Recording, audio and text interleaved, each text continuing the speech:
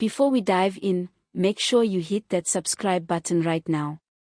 This story is explosive, complicated, politically charged, and full of twists you don't want to miss.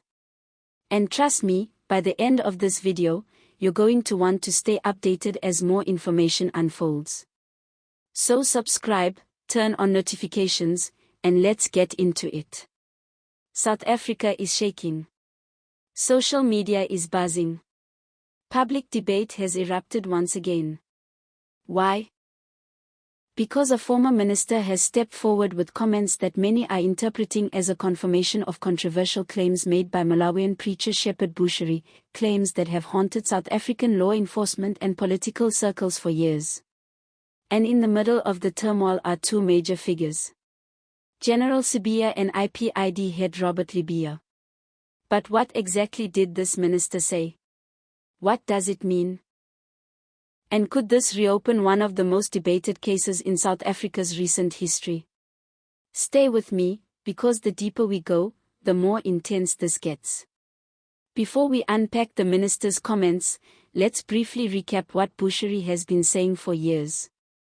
He has repeatedly claimed he was targeted by certain law enforcement officials.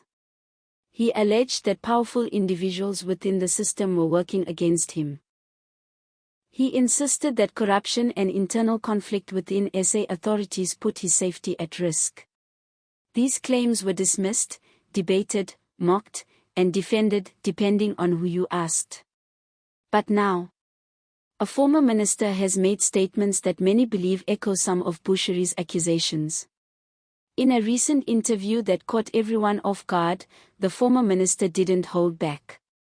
While careful with wording, the minister suggested there were significant administrative failures in how the case was handled. Certain officials may have overstepped their mandate, and that internal disputes compromised the integrity of operations. He never said Bushiri was innocent. He never accused anyone of guilt.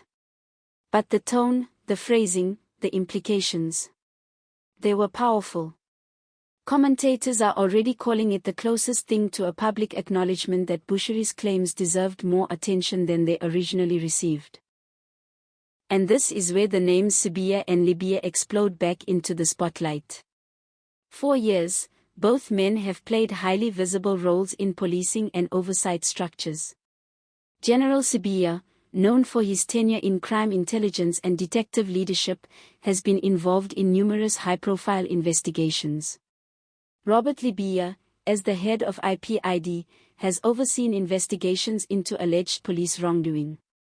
Bushiri's claims historically position these two figures, directly or indirectly, as part of the institutional conflict he said affected his case. So when the minister hinted that some officials were acting beyond procedure, and that accountability lapses were real, the public immediately connected the dots. Whether those dots are accurate or not is another story, but the public conversation is exploding regardless. South Africans are reacting with a mixture of, why is this coming out now? What else has been hidden? Was there a political agenda behind the scenes? If a former minister says this, what will the next revelation be? People want answers. People feel misled. And people are wondering whether Bushiri's long-dismissed statements now deserve a second look. Here's the part that has viewers nervous enough to keep watching. This might not be the end of the revelations. It might just be the beginning. Political analysts are already predicting possible parliamentary inquiries, renewed internal investigations, public pressure on policing structures, calls for government transparency, reopening past cases for independent review. The former minister's comments have ignited a fire that can't easily be put out. And the fallout? It might be massive. Whether you believe Bushiri or not. Whether you trust Sibiya, Lebeya, or neither. Whether you see this as political theater or a call for justice. One thing is undeniable. This story exposes deep fractures in our policing and oversight institutions. And South Africans are left asking the most important question. Because if one senior former official can say this publicly, what are current officials staying silent about? This story is far from over. New information could drop tomorrow. A leaked document could surface next week. A whistleblower could speak out anytime.